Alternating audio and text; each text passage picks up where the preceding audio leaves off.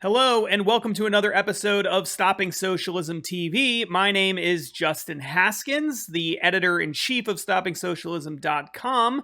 And today's episode is really important. We're going to be talking about H.R. 1, the so-called For the People Act, and a little bit about what Joe Manchin just did and how important that is for saving America.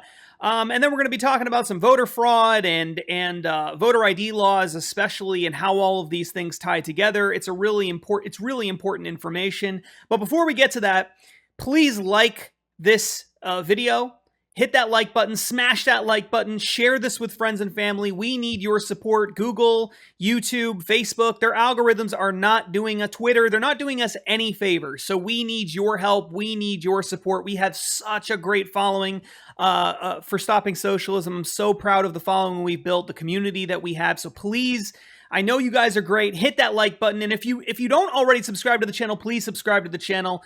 You can do so at the bottom corner of the video there. Hit that subscribe button and share our content. We need your help. All right, today's topic is H.R. 1. What is H.R. 1? H.R. 1 has been in the news a lot. It's also called For the People Act. That's the name of H.R. 1. What exactly is H.R. 1? Well, it is legislation that has been put out there by Democrats. It's supported by Joe Biden. It's supported by the House. I believe the House has already passed it. And very recently, Joe Manchin shot H.R. 1 down and said, you know what? I'm not going with H.R. 1. And that pretty much killed the chances for H.R. 1 becoming law. The whole purpose of H.R. 1 is to try to federalize election laws. They're trying to make it so that states have less power in determining election laws. And they get, I mean, a lot of this stems from the changes that occurred over the last election in 2020. Obviously, we had COVID. There were lots and lots of election rules that were changed, some of which I think were changed unconstitutionally, but that's a whole nother issue. And H.R. 1, what it's trying to do is solidify many of the changes that happened during COVID-19, things like making voter registration easier to do, things like, and even automate some voter registration, things like making absentee ballots mandatory, essentially, in many states, limiting the number of requirements that are needed to verify a person's identification. There are all sorts of horrible things that are in H.R. 1 that essentially make voter fraud easier to commit. I mean, that's the reality of what H.R. 1 does. The people who support it say that it's a civil rights legislation, that it's going to help improve civil rights, but in reality, regardless of where people's hearts are on that issue, and I think there are a lot of people that really do just want it because it's going to help increase voter fraud, and that's going to help one party more than another party in a lot of parts of the country, and that's just the sad reality of the situation. Even though there are a lot of people who have their hearts in the right place on this. They genuinely want people to be able to vote. Most of the law is, and the law is huge. It's like 800 pages long. Most of the law, or the biggest parts of the law, the most important parts of the law, are focused on voter IDs specifically, and how people are able to vote and what states are able to do in terms of voter registration and voter identification. To give you a sense of how just absolutely off-the-wall nuts H.R. 1 is, under H.R. 1, you can't have any essentially, you can't have voter ID laws, okay? So you can't require a voter to have a photo ID when they come to the polling place to make sure that that person really is that person. My understanding is you can't even require that if you're a state, if you've had it in law for a long time. You can't require it if you have, even if you have a situation where people are known to be committing voter fraud in a particular area. That doesn't matter. It doesn't matter if you have an area where there's just tons and tons of voter fraud. You still can't require voter IDs in those areas. Essentially, all you can do to make sure that the person the only thing you can do as a way to try to make sure that the person voting is the person that they claim to be is to have them sign some sort of a document that says, yes, I really am this person. You can't actually make them show any kind of identification to prove who they are when they show up at the polls. Now, that in and of itself is really bad, okay? Really, really bad. But it gets worse than that. It also requires, essentially, automatic registration of people whenever they interact with the government. So when you go to get your driver's license and you're over a certain age, you're automatically going to be registered to vote. Now you might say, well, what's wrong with that?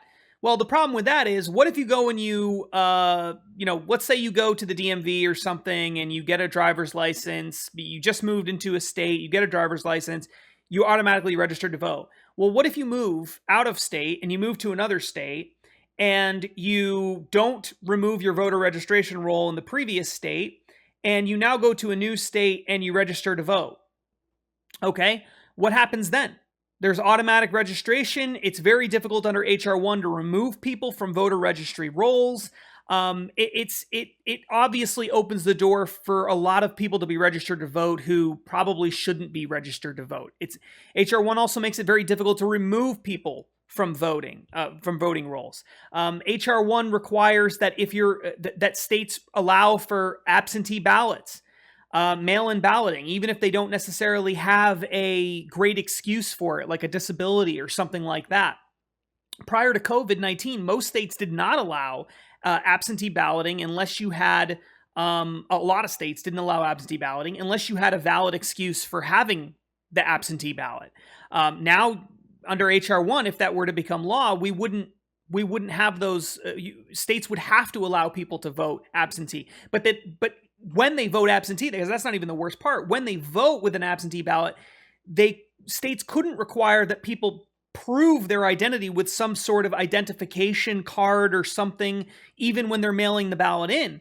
They also wouldn't be able to have witness signature requirements or notary requirements, because in a lot of states that allow absentee balloting, you're allowed to cast an absentee ballot, but you have to have another person sign as a witness, so that there's someone else that they can go to say, yeah, this person really did cast this vote.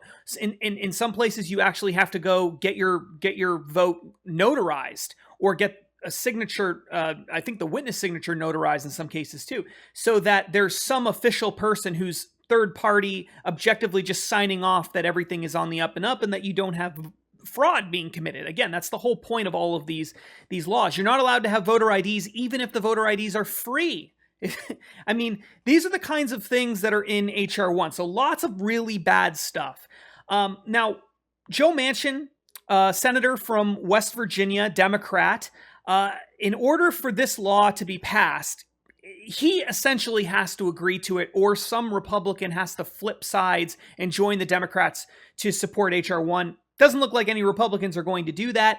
And Joe Manchin just recently came out. He wrote an op-ed in a newspaper in Charleston in West Virginia and said, you know what? Nope, I'm not doing it. Not doing it. Not voting for HR 1. And the reasons that he gave are interesting. We're not going to go into those. But the bottom line is, he said pretty much, look, this is going to destroy the country if I go along with this. This is a super partisan bill.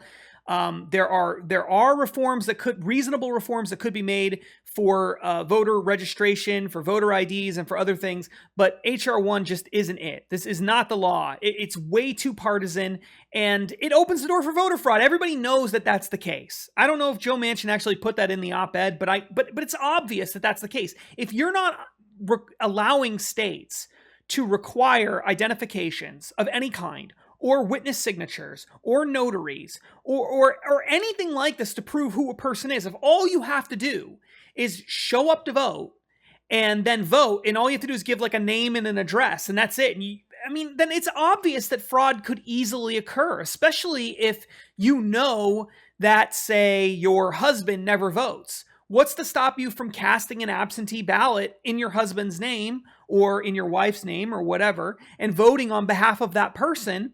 And they may not even know it because they don't vote. How would they ever find out that that vote was cast in their name? Or maybe they don't even care and they say, yeah, whatever, do whatever you want. It's still illegal. It's still voter fraud. There's still votes being cast that shouldn't be cast. None of these things would be able, we wouldn't even be able to stop these things if we tried under HR 1. That's the point. It makes voter fraud easy to occur. All right. Now, in reaction to all of this, because basically any conservative, any Republican, any libertarian, any reasonable person that looks at this issue, a lot of people in the middle even, and some Democrats apparently, ask Joe Manchin, would look at this and say, yeah, this is nuts. We can't do this. We can't do this. This is nuts. So what do people who support HR 1 say? What did the people who support For the People Act say? Now, we know that what they say doesn't always necessarily align with what they really believe or what their true motivation is.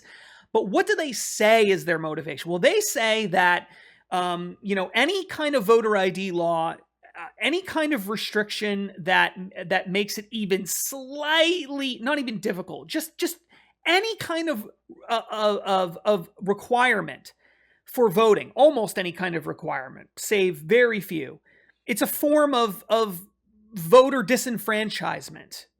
The whole idea is that, we're somehow creating a violation of civil rights by asking people to have a voter identification. Okay. And then there's all these stories out there and all of these arguments that are being made that suggest that, voter ID requirements restrict people's access to the ballots. It doesn't allow people who truly do want to vote, who are law-abiding citizens, to go out and vote, that it's too costly, that it's all these different arguments that have been made about voter ID laws. And so what I wanted to do is I wanted to create a very brief video that talks about voter ID laws and gives you the facts, so that you have the facts and the information that you need to understand just how ludicrous of an argument it is that voter ID laws are somehow this horrible racist thing put into place by old white men that just hate, African Americans and Hispanics and anybody who isn't them, and just trying to stop everyone from voting. I want to prove to you just how totally absurd this is by just looking at some of the voter ID laws that have been on the books, examining what studies have been done that have looked at voter ID and the effect that voter ID has had on voting records. And I want to show you the facts about this because it's such an important issue. So the first thing that I want to do is I want to talk to you about this report that comes from the Government Accountability Office. Now, this is a little bit outdated, so the numbers that are in here are not necessarily going to be totally up to date, but it gives you a sense of just how ridiculous the argument is that's been made for many, many decades about any kind of voter identification proposal. All right, so this comes from the Government Accountability Office. This was produced during the Obama era. I think this was in 2014 that this was published. And it says here that it's a really, the reason I'm quoting something that's, several years old at this point is because it is one of the best government reports that's been done recently, in recent memory, on the question of voter identification. Now, this is what the report says, and I'm going to put the link in the show notes in case you want to read the full report yourself.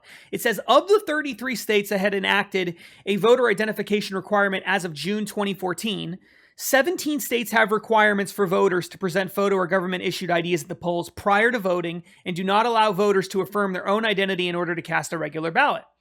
It says the costs and requirements to obtain certain forms of ID, including a driver's license, non-driver state ID, or free state ID, vary by state. And then it says all 17 states allow a driver's license or a state-issued non-driver ID among the most common types of ID presented to vote as an acceptable form of identification. So essentially all you have to do is show some kind of identification. In a lot of states, it could be if you work for, let's say you're a janitor at the local school. If you have a badge with a photo on it, you can show that from your employment. Or if you have any kind of government job, most of those people have some kind of identification that they can use in a lot of states. Any kind of driver's license, any kind of non-driver's license identification that you can get from the government. And this is really important. This part comes directly from the report. 16 of the 17 states that the GAO studied also provide a free ID to eligible voters. So this whole argument that identifications are incredibly expensive and just off the charts, burdensome on people, that nobody would ever be able to afford it, it just flat out isn't true. If you can't afford an identification, there is an option for free IDs in many of the states that have voter ID laws. Even the states that charge for voter ID laws, the fees vary, but it's essentially somewhere between $10 and $60 on average. I've seen some numbers that suggest that it's a little bit higher than that. But the bottom line is we're not talking about a massive amount of money, even if you do have to pay for this identification. And it's not used just for voting. The ID can be used for all sorts of things. If you want to open a bank account, for example, if you just want to go to a bar and prove your age, you would need an identification like this. If you wanted to fly, you would need an identification on a plane, I mean. If you wanted to travel to many parts of, if you want to travel anywhere outside the United States, of course, you would need an identification. There's all sorts of reasons why you would need an identification other than voting. And so it makes sense for these people to get these free IDs, even if they aren't actually planning on voting. It makes sense for them to get them. So anyway, 16 out of 17 states provided free identifications according to this GAO report. So I wanted to put that out there because it debunks the myth that this is just a ridiculously expensive thing, that no one would ever be able to get it. I think it's so important to look at the facts there and recognize that is just flat out not true. All right. The next thing that I wanted to talk about is a report that comes from, it's by Enrico Cantoni and Vincent Pons. It's a working paper from NBER, that's the National Bureau of Economic Research. And the title of the paper, which was published in, February 2019, and then it was revised in May 2021, so revised not that long ago, is called Strict ID Laws Don't Stop Voters, Evidence from a U.S. Nationwide Panel, 2008 to 2018. And in the report, it says this. They essentially looked at voter ID laws, and they looked at whether this was deterring people from voting, and they looked at what effect it may have on voter fraud. I don't like the way that they measured voter fraud in this because they essentially they measured voter fraud by looking at reported cases where people were caught committing voter fraud, and they tried to tie whether voter ID laws impact voter fraud based purely on whether there were reports published in newspapers and news outlets and things like that caught people committing voter fraud. That's a really bad way of estimating. Voter fraud is very hard to estimate, I understand, but that's a really bad way of doing it because, of course, a lot of voter fraud never gets caught. So just because it's not being reported, and a lot of it never gets reported in the news, even when it is caught. So the idea that you can determine how much voter fraud is occurring by looking at, news reports, I think is a really bad way of doing it. But I thought that their way of analyzing the effect of voting outcomes and whether voter IDs were tied to election turnout was really solid, and it's a much easier thing to track. And here's what they found. They found, quote, using a difference in differences design on a 1.6 billion observations panel data set, 2008 to 2018, we find that the laws have no negative effect on registration or turnout. Overall, or for any group defined by race, gender, age, or party affiliation, these results hold through a large number of specifications. Well, that pretty much tells you everything that you need to know, doesn't it? If you have no change in voter turnout based on whether you have voter ID laws or not, then obviously it's not disenfranchising people. Obviously it's not stopping people who want to vote from voting. And there's another important thing that needs to be said during this part of the analysis here. I mean, look, if you have a voter ID law that is making it too expensive for people to get these IDs, or it's too hard to get these IDs, then the solution to that problem is making the IDs more affordable, making it easier to get the IDs. The solution to the problem is not to just get rid of voter IDs and just let people vote and we don't know who these people are when they go to the polls. That doesn't make any sense at all. If you really care about having free and fair elections, you don't support just throwing out the concept of voter ID laws, just throwing it out the window and saying, you know what, it doesn't matter. You don't have to do anything to prove who you are. All you have to do is sign a piece of paper that says I am who I say I am, and then that's it. That's not a valid way to deal with this issue. And it undermines the credibility of elections, obviously. I think that's pretty clear. Okay, so what I want to do is, the next thing I want to do is I want to look at this report from the National Conference of State Legislatures. And what this report does is it analyzes election laws across the United States, voter ID laws, and it helps give people a sense of how these voter ID laws work and what the very specific provisions are related to voter ID laws. Again, I'll put the link in the show notes so that you can take a look at it for yourself if you're interested. But I wanted to give you access to this report and go over some of the information that's on this report because it gives you I think when you actually look at the laws themselves, you'll realize just how not strict these laws are. I mean, they really aren't strict at all. So the idea that voter ID laws are just these burdensome, draconian laws that are making it impossible for people to vote is just absolutely not true. So I wanted to give you some snapshots of how this works. Before I do that, I'm going to read to you a little bit of the text from this information that comes from the NCSL, so that you can understand what they're talking about when they talk about these different categories.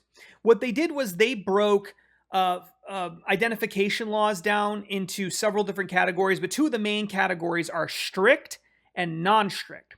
And non-strict voter ID laws are: at least some voters without acceptable identification have an option to cast a ballot that will be counted without further action on the part of the voter.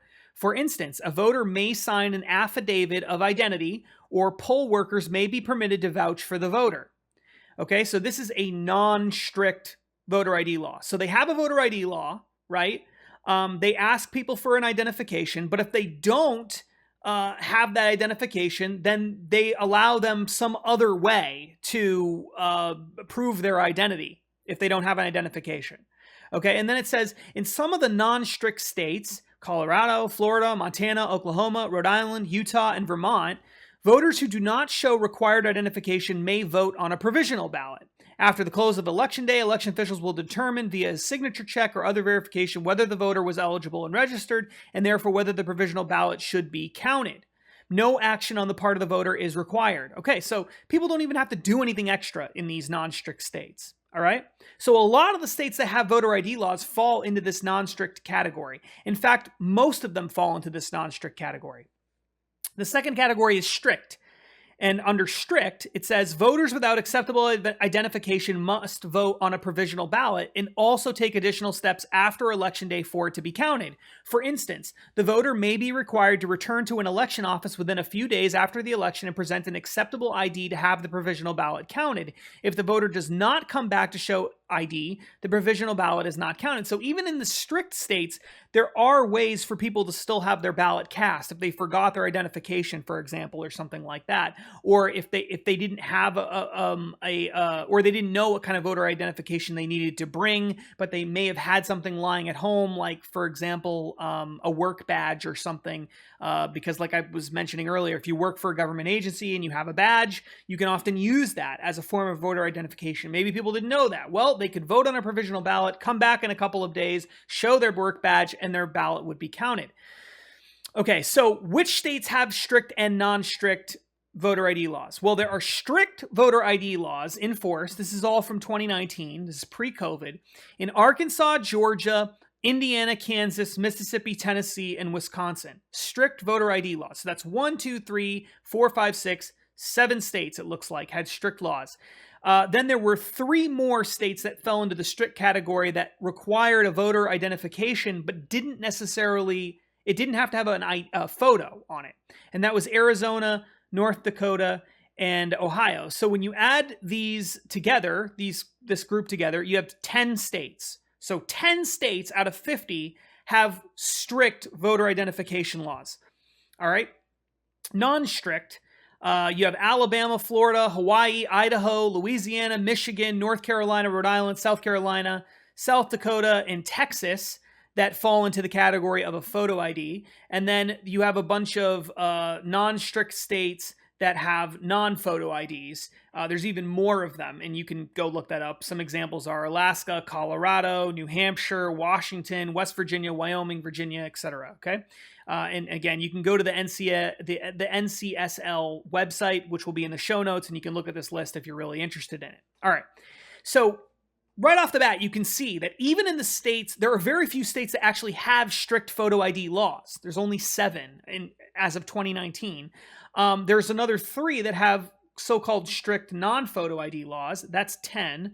And then the vast majority of them are non-strict photo ID laws.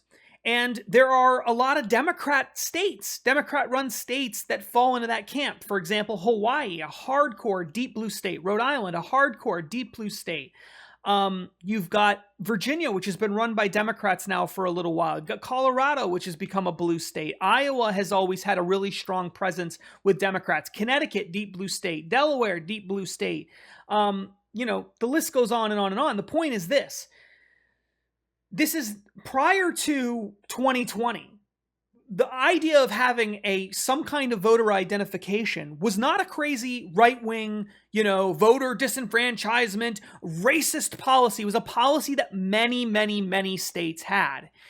More than 30 states had these laws in place, and most of the states that had them in place didn't even have strict ID laws in place. Most of them didn't even require a photo ID. They just required some kind of ID. So the idea that you need to have HR 1 to throw out all these so-called racist laws that are meant to hold black people down is completely false. It is completely wrong. It is not based in reality at all. If that's true, then someone needs to explain to me why the Democrats running Rhode Island, which has a which had a photo ID law, or Connecticut, which had a voter identification law, or Delaware, which has a voter identification law, or Virginia or Washington or any of these other states with a strong Democrat presence, are they a bunch of racists too? Are the people of Washington state a bunch of racists and that's why they have voter ID laws? Of course not. Of course not. The reason we have voter ID laws here, and by the way, all over the world, there's voter ID laws all over the place. The reason why we have them is to make sure that people feel comfortable with the results of the election so that they know when the results of the election come in that fraud did not play a significant role in that. Obviously, some things will slip through the cracks, but if you have in-person voter ID laws and requirements, and there should always be exceptions for people who are disabled and accommodations for people who are impoverished and all sorts of other things so that we can help people vote legally. There should always be exceptions for that. But generally speaking, if we have those laws in place and we have those requirements in place, fraud is very, very, very difficult to occur, especially on a large scale, especially on a scale that's going to tip the scales of an election and change the outcome of an election. And that's exactly what we want. If we don't have that in a free society, then how can we know for sure? How can we maintain our free society? Because how can the people know for sure that the election results are valid? The truth is they can't. And anyone who supports HR 1 either doesn't understand this or doesn't care because they think it helps their side, or they're just completely off the wall nuts. But there's nobody who supports HR 1 who actually understands what's been going on with voter ID laws in America over the past couple of decades. There's just nobody that actually understands it, except for people who do understand it, but just don't care because they're okay with the fraud, because frankly, it helps their side. That's it. I mean, it's sad to say that, but that really is the situation. All right, so this video has already gone on for far too long, but I wanted you to have those resources. I wanted you to be able to find this information and see for yourself what kinds of voter ID laws actually exist, and see for yourself just how ridiculous it is to make the argument that voter ID laws are disenfranchising people, making it impossible for people to vote, that they're motivated by racism, that they're even motivated by wanting to support Republicans or wanting to support conservatives. As I said, many Democrat-run states have voter ID laws, all right? It's not about that, and I wanted you to be able to have that information. If you like this video and you don't like socialism and you support the work that we're trying to do here at Stopping Socialism and stoppingsocialism.com, then please like this video, share this video, subscribe, and tell your friends and family to do the same, because we need support from people like you. Thank you so much for watching, and until next time, please stay free.